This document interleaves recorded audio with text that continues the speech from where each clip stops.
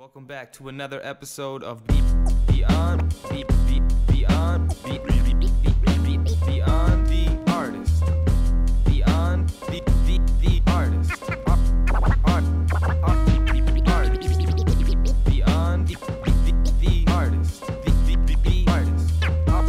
Artist. Beyond. What is up, world? We are back with episode 3 of Beyond the Artist. I am your host, Mindset. And today we have our first hip-hop artist on the show, the incredible Young Stitch. What is up, man? Hey, what's going on, bro? Thanks for having me. It's a pleasure to be out here. It's been a while since I've been to Barrie. What's up? Yeah, man. How was the trip in? It was good, man. Smooth sailing. There was no cars on the road. Yeah. So I just kind of just pulled in. Nice. Yeah. Heavy foot Stitch on the way. Yeah, exactly. Man, so a lot of people I've had on the show so far have been, I guess, writing a lot, maybe learning a new instrument. What have you been doing to keep busy in 2020? Honestly, 2020 has been a really weird year. I've spent a lot of time just creating because we've had ample downtime. You know what I mean? We've had a lot of downtime to just kind of sharpen our crafts. So I've just been, spending a lot of time at home writing bars and working on a lot of stuff with other artists. Yeah. I'm doing a lot of collaborations and stuff like that too. And I've been really busy with the music. Like, it's weird because everybody's lives have sort of been halted with this stuff, but because, I'm a musician that's kind of budding. Yeah. It's worked the opposite because all these other artists have had so much ample time to kind of chill back. Yeah. Like, they've Now's been your hitting time me a to lot attack, more. kinda? Yeah. So I've been extra busy Nice. during COVID. That's awesome. Yeah, I've seen you do a lot of features. Speaking of Yeah. which, you took a trip out to Western Canada earlier this year. I did. I saw you do a wicked video out there, and speaking of which, a couple of features out there. Do you usually plan your trips out like that so you can do so much in one? That's it. So it's all about getting a bunch of birds stoned at once, as the Trailer Park Boys say. No, but for real, what happened is I was out there to do my stuff with Junk. Me and Junk. Shout outs to the boy Junk. Yeah, we got our first album together, Lions Eat Goats, coming out end of February. Yeah. And I went there to wrap the whole project up. We knew we had to get some visuals in. We had to do a bunch of promo for it and yada, yada. And I thought, you know what? A lot of my fan base lately, like especially artists I've been working with, have been coming from Western Canada. So I'm like, you know what? If I'm in Van, I'm like, what better opportunity than to hit these artists and be like, if you want me in a video, like, you know what I mean? I'm going to be there. I'm going to be there already, right? So, I got to work with a couple different artists. Shout outs to Mo Dirt and Keen. Shout outs to Tiny Wings. Aside from the stuff I did with Junk, like, I just got a lot of shit done. Yeah, man. Yeah, you've been a busy guy. I've seen. So B1 the Architect, KP, Philly Regs, Lotus James, and Young Stitch. Tell us about this super group, LRP, Lunchroom Poets. So Lunchroom Poets is a conglomerate. It's a super group, like you said, of just elite lyricists. Yeah. You know what I mean? So what happened is my boy Kenzo knew KP. He introduced me to KP years ago. Me and KP have been homies for years. I was at Kenzo's studio one day. He was playing a project from B1, who I'd never heard of this guy before. And I was like, yo, this guy B1's super sick. Like, I'm like, why? And he's from Oshawa. Ken's like, oh, he's from Oshawa. I'm like, well, why do I not know this guy? I'm from Pickering. Like, I know everybody. And so I listened to shit. I was like, this guy's really dope. So then add that in. Then Philly Regs hit me up a few months before my first Kill a Verse contest. And he was just, saying all the right things to my ear. Man, I'm a big fan. Like, you're so crazy with it. How do you do what you do? And I'm used to these, I get these messages sometimes, whatever. But I checked Philly's shit, and I was just like, bruh. Like, I'm like, this guy's... You're dope. This guy's dope as hell. Yeah, so I was like, it was almost weird how little people knew of him. Like, the buzz he was getting versus his talent level was like night and day. Like, meaning like this guy deserves way more shine than he was getting, right? So that's with Philly. So that was one person. Then he entered my contest with B. They both entered my Killer Verse contest. Nice. And actually B won, and I believe Philly came third in that contest. Okay. Shout outs to OBG. OBG came second. And that was a vote made of, 6 different artists, whatever. But then Lotus's case, he dissed a couple dudes. Like, I don't know if you guys know Tino from Niagara Falls. He's a rapper. Not familiar yet. Bar heavy guy. Really dope. But my boy Lotus, hit him up in a diss track. It was really hard. But even more so, hit up Tony Ranks, a guy I previously dissed in the past. The first time I ever heard Lotus was him dissing Tony Ranks. and the shit was just nails. Nice. Like this guy just bodied the guy. So I messaged Lotus, and I was just like, bro, I still remember my first message to Lotus. I said I followed the stench of dead rappers to your profile. Nice. You know what I mean? So that's what happened with that. So then I linked with Lotus, and he's like, oh, much love, King. That's what's up, blah, blah, blah. And then I started showing Kenzo Lotus, started showing Kenzo Philly. Kenzo brought KP and B1 to my attention too. And then Kenzo one day, I guess, was all stoned watching this Wu-Tang documentary, just like, yo, like, what if we like make a super group of all the hardest rappers I've ever heard, which is me, which is all you guys, Philly, Lotus, all those guys. He's like, you guys are like the hardest Canadian rappers I know. He's like, why don't we make like a super group, you know? And I'm like, you know, I'm pretty busy with my music stuff, but I was like, you know what? I seen the guys that were in question. I was like, you know what? I'm down. Yeah. I'm like, if they're down, I'm down. That's awesome. So that's kind of what happened. So cool, then man. Now here we are. Cool little backstory. 22 videos deep. With the the Bulletproof Lunchbox. That's the latest release, right? You guys got any new releases coming? So so we dropped Class in Session. It was pretty proper. We dropped Bulletproof Lunchbox. It did really well. We are working on our sophomore right now. The sophomore album is coming. It's definitely a level above. Okay. Like I've seen some posts lately about it a little bit. Yeah, so basically how it works is when we first got together, we started making original music because that's, you know, what you want to do. Yeah. So we actually started, here's a little, you know, in-depth secret, is we actually started working on Bulletproof Lunchbox before the mixtape. Okay. So the mixtape that came out first actually was the second project because Bulletproof Lunchbox was pretty much almost done by the time we started working on Class in Session. Okay. But we knew we had to make an introduction, so Class in Session was just a mixtape full of posse cuts that we remixed. So like Hit 'Em High, Fugila, so all Flavinier. You're saving the saving the original bangers. But yeah, both projects did really well. You know, all the original videos we did were Class in Session, and then so the chemistry was getting there for Class in Session. That's why it was weird is we ended up dropping Class in Session first. Because I almost feel like the chemistry was even more tight on that, only because we'd been friends longer and been working longer. Yeah, and they're already all beats you guys love too, probably, right? But Bulletproof Lunchbox is still fire. Like, it's a really fire original album for a debut album for a rap group. Yeah. An all-white Canadian rap group, which wasn't on purpose, by the way. We didn't go all white on purpose. That's just kind of how it happened. You guys are super dope. Yeah, that's just how it happened. But yeah, so the next project, we're already like 4 or 5 songs deep. Beauty.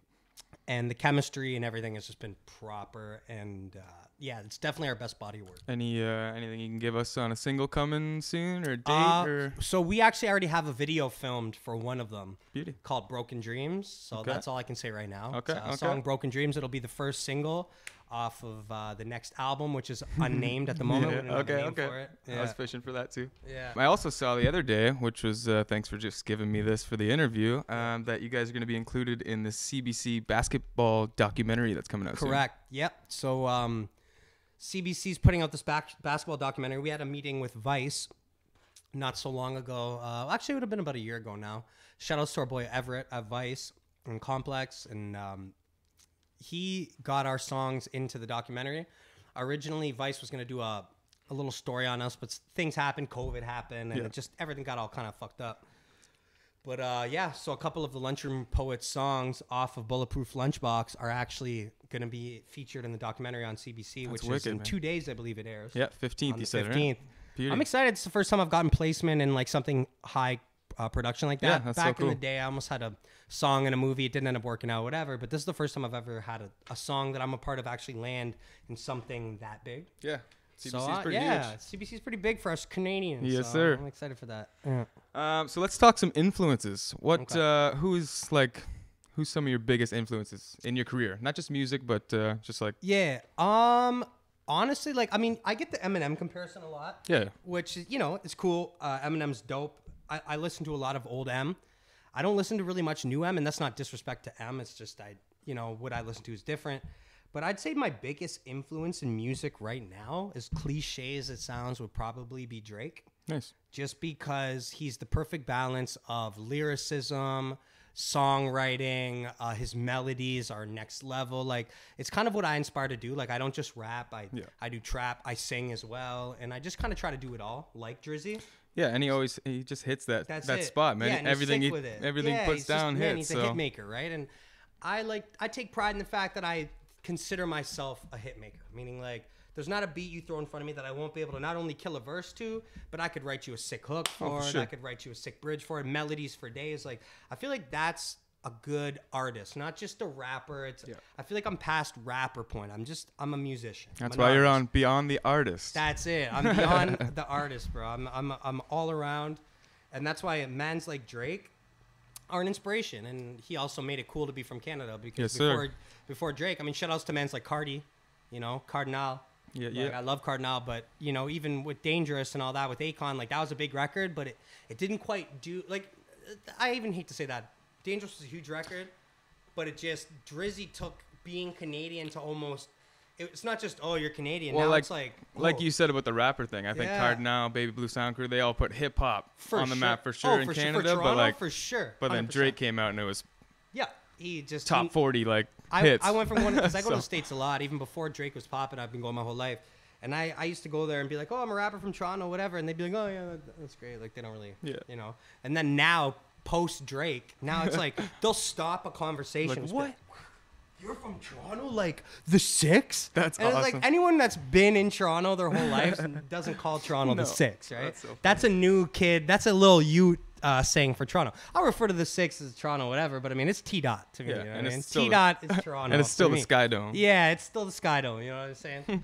But yeah, shout outs to Drizzy, man. That's probably my biggest inspiration right now as far as a well-rounded artist. Shout outs to Tori. Tori's a really well-rounded artist too. We won't killing get into it right all the now other too. Shit. Yeah. But shout outs to Tori for that. And just, you know what? Again, another well-rounded artist, a guy that can sing, rap.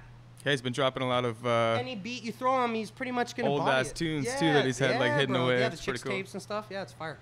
Speaking about traveling, people really want to know what the BET Freestyle Finals was like for you. Like, you got to go out to the U.S. there. You're in front of the Staples Center. People type that in YouTube, pops right up. You're like, oh shit, that's Stitch. It was like, crazy.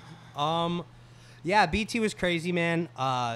So what happened with that is Bishop Bergante hit me up, and he was like, look, BT's doing this thing. I'm hosting it. He's like, nice.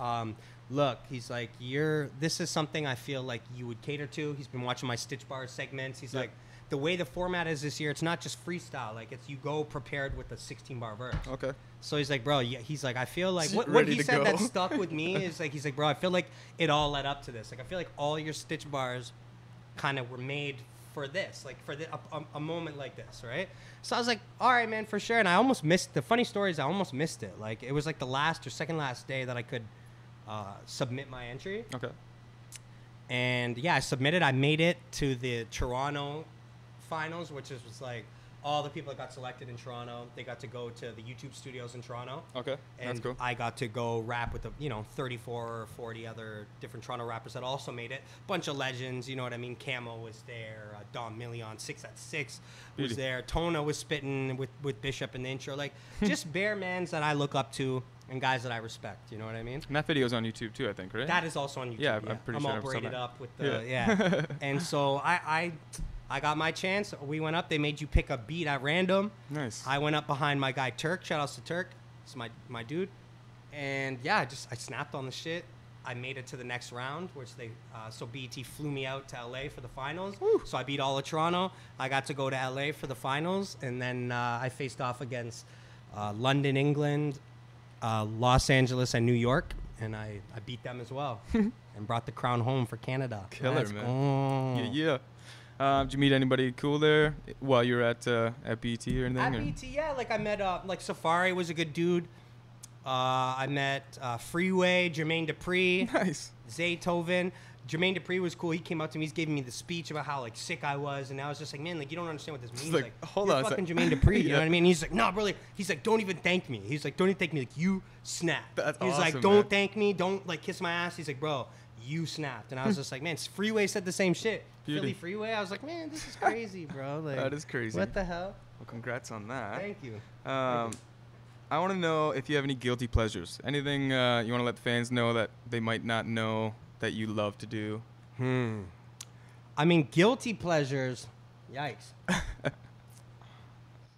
Well, I mean, I party. I'm a party animal. I like to turn up, once in a while, once in a blue moon. Yeah. You know what I mean? I don't party every night, but I mean, it's like the most interesting man in the world. It's like, I don't always party, but when I party hard. You know what I mean? So anyone that's party with me knows we stay up till all hours of the night just getting wild.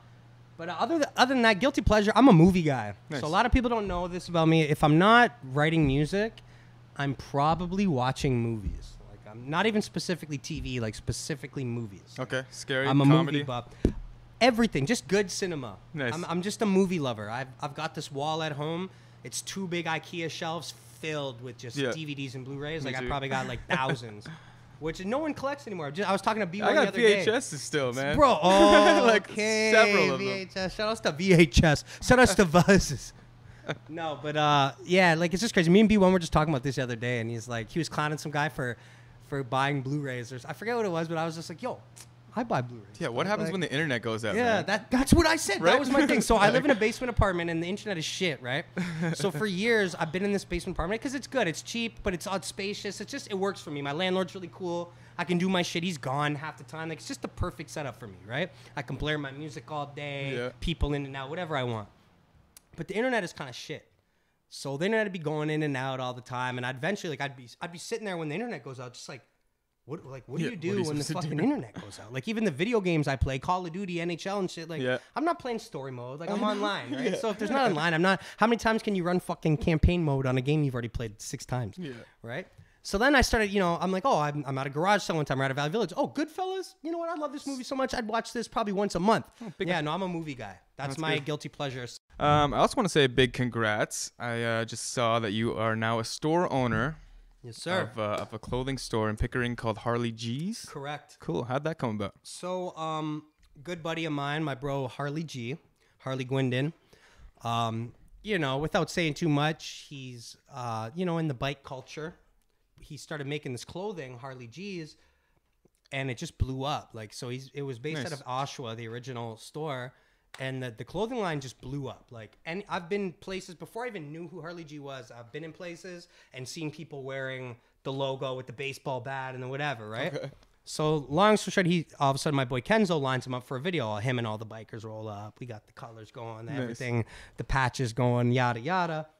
A couple videos go by, he comes through, shows me bare love. He's like, man, you're one of my favorite rappers out right now. Shout outs to Harley. And then he hits me up recently and he's like, look, it didn't work out with the Pickering store. My owners, it just didn't work out. They're good people. I'm not going to speak the business end of it. But there's like, it just wasn't working out. They're going through a lot, whatever. He's like, you've got a great fan base and a great supporting demographic in Durham region where the store is. He's like, what are your thoughts of running the store and being the owner of the store? But so I was like, you know what, I can do this. So I took over the store, and I mean, it's only 1 week down, so knock on wood, let's not jinx it. But I mean, it's been a great week. All right, we did all right this week. That's awesome. But yeah, so I'm officially a store owner. Shout outs to Harley G. Shout outs to Harley G's clothing. Come check me for your fresh drip. Out. We're doing curbside. Harley G's in Pickering. Go check them out. Yeah, that is wicked. So I want to know, if you could work with anybody in music right now, who would it be? I'm thinking it'd probably be Drake, but anybody besides that, I guess. Okay, Drake isn't obvious, just because I feel like anyone that clowns Drake is kind of like, it's like you've got ulterior motives for clowning a guy. You don't want the biggest hit of your career? Like. It's like he's probably the most talented all around. Like hits, like he's got more hits than the Beatles, dog. Like, he's got more slappers than the Beatles, and that's not a lie. He actually does. But if not the obvious Drake, I would still keep it Canada.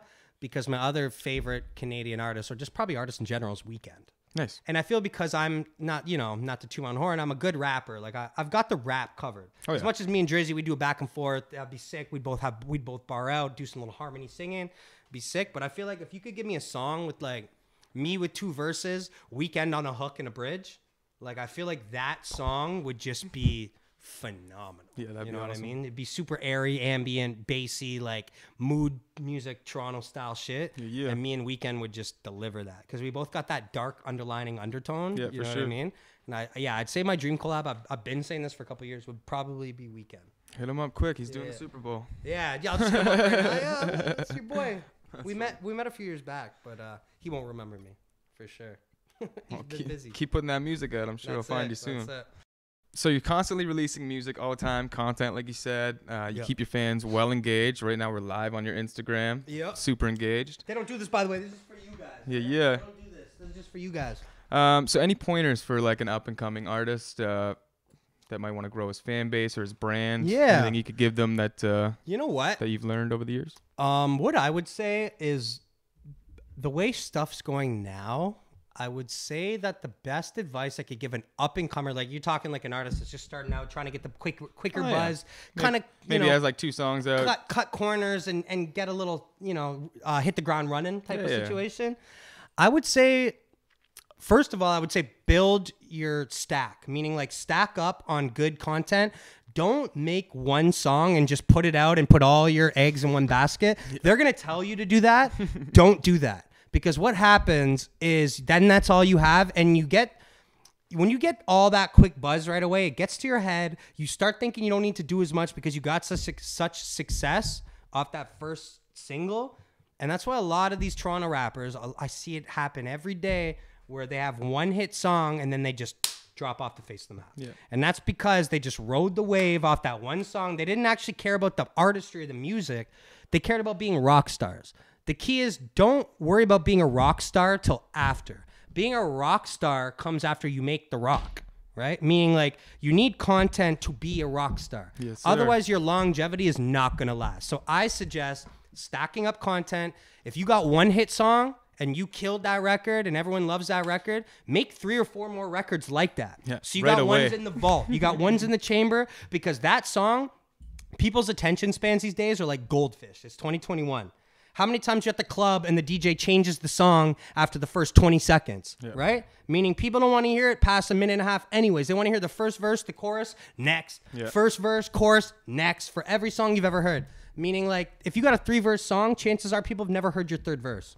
And that's just being real. There's chances that there's a huge demographic of listeners that have not heard your 3rd verse. Yeah. Yeah, nowadays I think average song is under 2 minutes every time. Like singles used to be 4 minutes back in the day. When you had rockers, rock bands, singles were 4.5 minutes. Oh, for sure. Now, then fast forward 10 years, singles are 3.5 minutes. These days, 2 minutes, 45 seconds, you know? Long Look song. You're such a fucking hoe. I love it. How big was that record? That song, man. I think, is like 1 minute and 50 seconds long. Yeah. And no one books that, but people sing it, and no one's like, yeah, but it's so short. No one cares. Yeah, straight people up. got shit to do. My first album, I think I had a couple songs on there, like 4 minutes or something. Yeah. The second one I just put out is like average song, 2 minutes. That's it, bro. Like, Lunchroom, we suffer because we're a 5-man group. Yeah, like so it's like impossible for us to make a song that's not under 4 minutes. You know what I mean? So we're like doing 12-bar verses. We got 2 guys doing 12s and 1 guy's doing just a 4-bar hook. Yeah. Like we're making it work because at the end of the day, it's a singles game. Unfortunately, it's not an album game. Yeah. I miss the days of music when it was all about making a hit album. And there wouldn't be a song you'd skip. Front to back. Because every song, it portrayed every emotion, every mood. Nowadays, they just want an album to just be a series of singles. Yeah, put out 3 or 5 songs. That's it. That's it. Album, like I dropped an album with Dub J. It was 9 songs. But it was an album because Apple says anything over 7 songs is an album.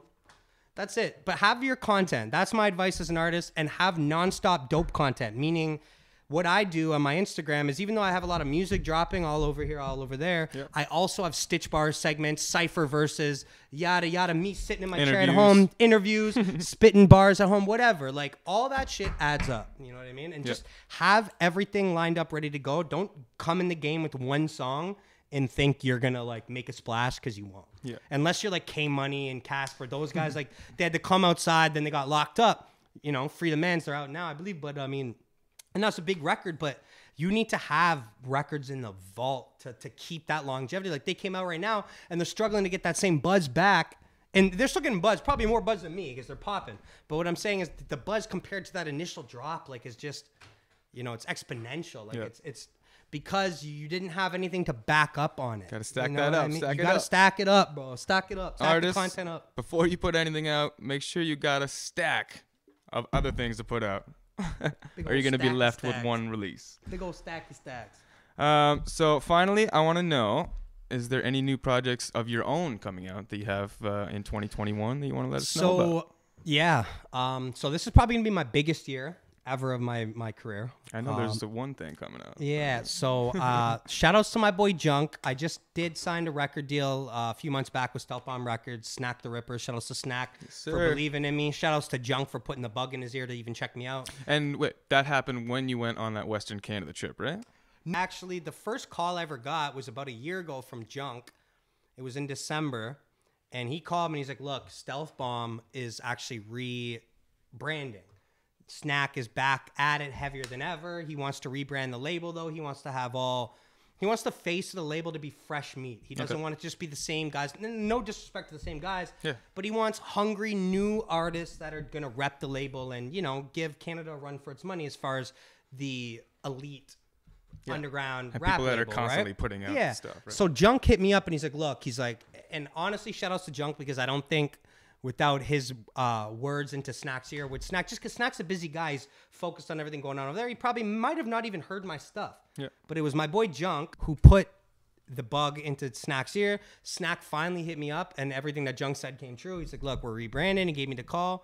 And I was like, man, that's crazy. So I didn't actually physically sign until I went to Vancouver, but it was in talks. We dropped a record, Aerial Assault 2 with him, Known, and Messiah. And it did really well. And then me and Junk decided to put out a joint album because me and Junk's chemistry is really crazy. Yeah, you guys are... I appreciate that. Pretty similar back and forth. Yeah, it's like, very multisyllabic, lyrical, bar-heavy rappers, right? And we're both Italian, and it just really worked out, right? And he's out in Vancouver, right? He's out in Van. Okay, cool. And so we did our song No Ragu, which was last June, so a year and a half ago, and it did really well. It got me a lot of West Coast fans. Like before that, I wasn't too known on the West Coast. Okay. It was Junk who pretty much introduced me to the West Coast, which is, I find the West Coast supporting demographic is way bigger than East Coast, meaning there they ride for their people. Yeah. As in Toronto, they call it the screwface cap for a reason. Like it's very cutthroat here. Yeah. People don't like to see each other win here. It's a crab in the bucket mentality. Yeah, here. Unfortunately. Yeah. Which is, I feel like Vancouver's more like Atlanta, where guys are piggybacking each other. Like when you're doing good, another bigger guy will be like, yo, come work with me, yada, yada, right? And that's how that works. But they got that West Coast mentality. And then Junk is also, because Junk is a freak in nature too. Like the kind of music he makes is not necessarily just West Coast underground rap. Like he can cater to the trap and to the black culture and everything, which we're heavy on in Toronto. I've definitely checked him out. So me and him, dope. we did a song and it just blew up for the underground scene. So people wanted to hear more from Stitch and Junk. They were, yo, you guys are going to do a project. And we entertained it. We laughed about it. And then finally we're like, you know what? We're doing this. And it started as a 4-song, then a 5-song, then a 7-song. Then Snap was like, you know what? If I'm going to invest all my loot into this and make it a big thing, he's like, let's do 10 songs, call it an album, get Stitch out here, do 3 videos for it, sign the contracts on a fucking cop car with the smoke machines. And it just became this big thing. So when I went out to Van, we wrapped it all up, filmed a bunch of videos, and Lions Eat Goats is coming soon. Me and Junk, end of February. And then this year, what's coming for you? Solo stuff. So I've got my first solo album. Yeah. Elephant in the Room is what it's called. It's something I've been working on for a few years now. I've had a lot of different management fall through and just different people I've been dealing with. But it's safe to say that Elephant in the Room will be dropping probably mid this year. Okay. Cool. And it'll be my first solo album that's not a collaboration with someone else. Like, even though I have the album with Dub J, shout outs to Dub J, our album hit 1 million streams amongst a bunch of other awesome milestones that we hit with it. But it's still me and another person, meaning like it's a producer going, look, here's a folder of beats, pick the ones that you like, we'll make an album from it. And I can work with anything, and he's a sick producer. So we made a sick album. But this will be the first project that's literally all my choice, all me, every beat selection. It's trap hop, it's hip hop, it's boom bap, it's everything mixed together. Okay. And Elephant in the Room will be my first debut album. How many songs? Probably 12 to 14. Nice. I'm gonna go Any big. Features? Might be even 16. Any features? I will probably do no features. Okay.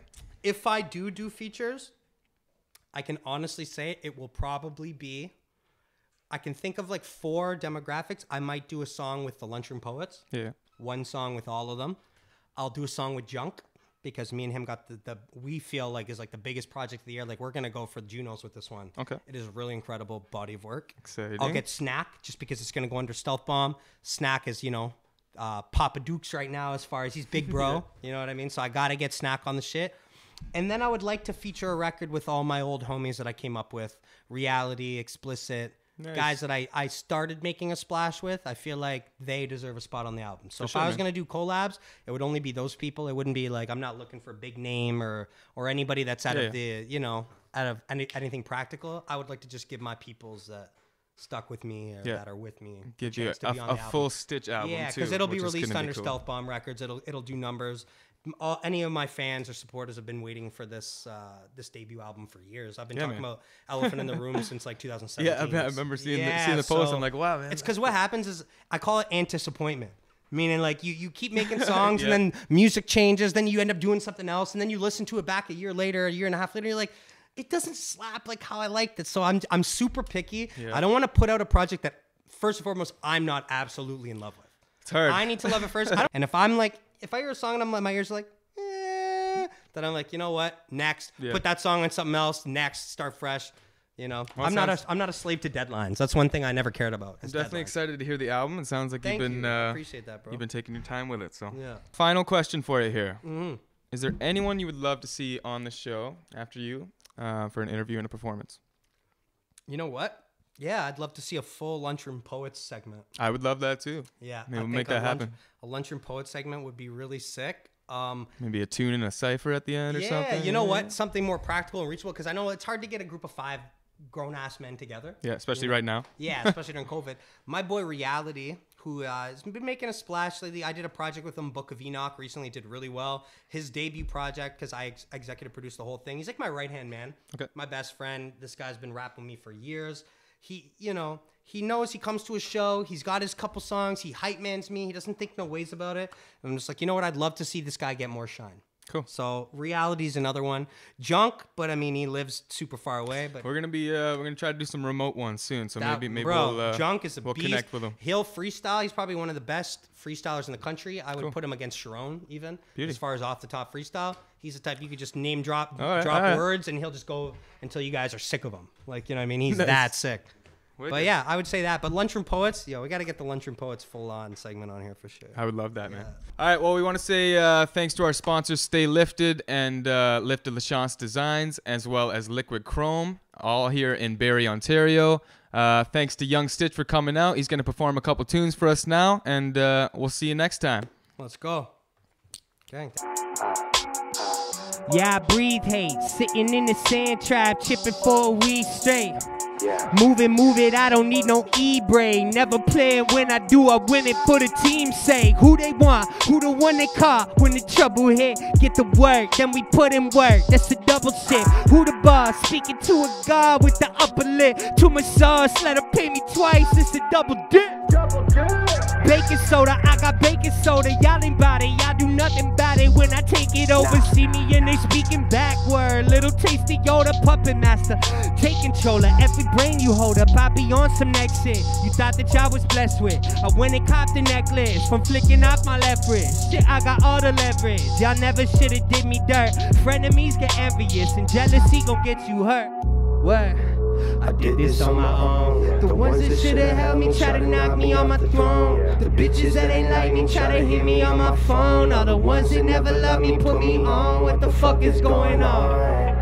I made it to the top. The ones that shouldn't crime with the sneak you to the cops. The ones you give it all to, I hate you when it stops. All the ones that never love me give me props. When the fuck it gon' stop? When the fuck it gon' stop? When the fuck it gon' stop? When the fuck it gon' stop? Yo. You know those ones, bunch of clowns turn this to a circus, I ain't no fun. I ain't playing games, ain't no chronic how we roll up. Put that metal all around your head just like a bowl cut. Who they want, let them play their part, I ain't knocking out. Place a bet, how long till these groupies got their asses out? Who your man that ain't ever pitching with their glasses out? Rubber band bottles like a roofie, I just pass them out. All the bitches, we got all the bitches smashing on them, hand inside they rim like I got Carter's fingers. Y'all don't want it with this, got them figures. If you tryna flex, you could let them sign your checks, but you'll never buy respect. Nah, I did this on my own. The ones that should've held me try to knock me on my throne. The bitches that ain't like me try to hit me on my phone. All the ones that never loved me put me on. What the fuck is going on? I made it to the top. The ones you do the crime with, they'll snake you to the cops. The ones you give it all to, I hate you when it stops. All the ones that never love me give me props. When the fuck it gon' stop? When the fuck it gon' stop? When the fuck it gon' stop? When the fuck it gon' stop? Beyond the artist, baby. Let's go.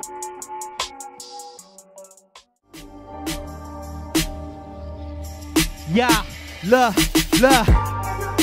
Cool, calm, and collect. That's why we laughing at the dudes that you be calling a threat. Think you as hot as it gets. I'm too involved with the set. Superman, they be making a movie off of his death. That's when they trying to take my thunder. Enough that you could kill a guy. 4 or 5, aim it at your plug, cause I'm still in charge. Board game, risking it all, putting my city on. Toronto flow, tell them I'm coming home like a Diddy song. Shit, it's about to be a season of blood. It's all jokes until we catch you when you leaving the club. I'm on 10, let's try to keep this shit a G or above. In love with the bees and it makes it hard to be what you love. I'm trying to stun, but it's been costing me. Every time I fail, I feel them watching me. I'm only human, tell me what you want from me. I am just a product of the lessons that you got from me. I'm cutting off your long talks, apostrophe. Wanna check the glossary, it's all done. No, this shit is not love. Speaking numbers, I've been the only one putting shots up. Tell me where they lost you. Pray but they don't help sis. Trying to make it better whenever I feel myself slick. Wake up, open the hate mail and the death threats. Think I'm in possession of things that they couldn't get yet. Jealousy is real, it'll eat your soul if you let it win. Never treated better by those that you're doing better than. Cheap fame, the thought of the game's haunting me. Shit's like speed dating, the faces will change constantly. And I ain't even gotta flex a muscle. Some of y'all respect the hustle. Ain't no hustle, we trying to get paid properly. Changing all the past of the forefathers to make our own. Break up 4 bricks just to take a pic with a paper phone. Cooking with an apron on, hold down balance. And my doggies can sniff a bird out like broke down pallets. That's why I haven't changed, this game has become a part of me. Name one person you know that's going as hard as me. Destined for the greatness, I feel it deep in the heart of me. They're building on my grave and they try to sell you the property. Yeah, I've been trying to keep it 10 toes down. Been in the deep end, just hoping that my friends don't drown. I need to let go, trust me, I smell the waste in an instant. Ain't your brother if he leaves and you feel like weight has been lifted. It's pretty clear that my thoughts have been cloudy. It's like a work trip, there's nothing but bosses around me. I work hard for all these diamonds, I'm flossing them proudly. Underground king, I'm still in the spot that you found me. You clown me. I know the feeling of barely feeling like you exist. Like why are all these people around me dying from stupid shit? Changing up your life, cause what you earning you could lose it quick. I'm just trying to make sure that my music hits. Word. It's your boy Young Stitch. Major shout out to Beyond the Artist. Thank you so much for tuning in. God bless. I miss performing, man. Let's go. This one is better than